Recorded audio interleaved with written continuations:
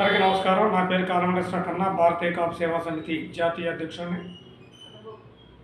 గన్నవరం మాజీ ఎమ్మెల్యే వల్లభనేని వంశీని విజయవాడ కోర్టు దగ్గర పరామర్శించడానికి వచ్చిన Pulivendula MLA Jaganmohan Reddy press meet పెట్టి పోలీసు వ్యవస్థ గురించి చేసిన అనిశ్చిత వ్యాఖ్యలని భారతీయ కాపు సేవా సమితి తీవ్రంగా ఖండిస్తోంది.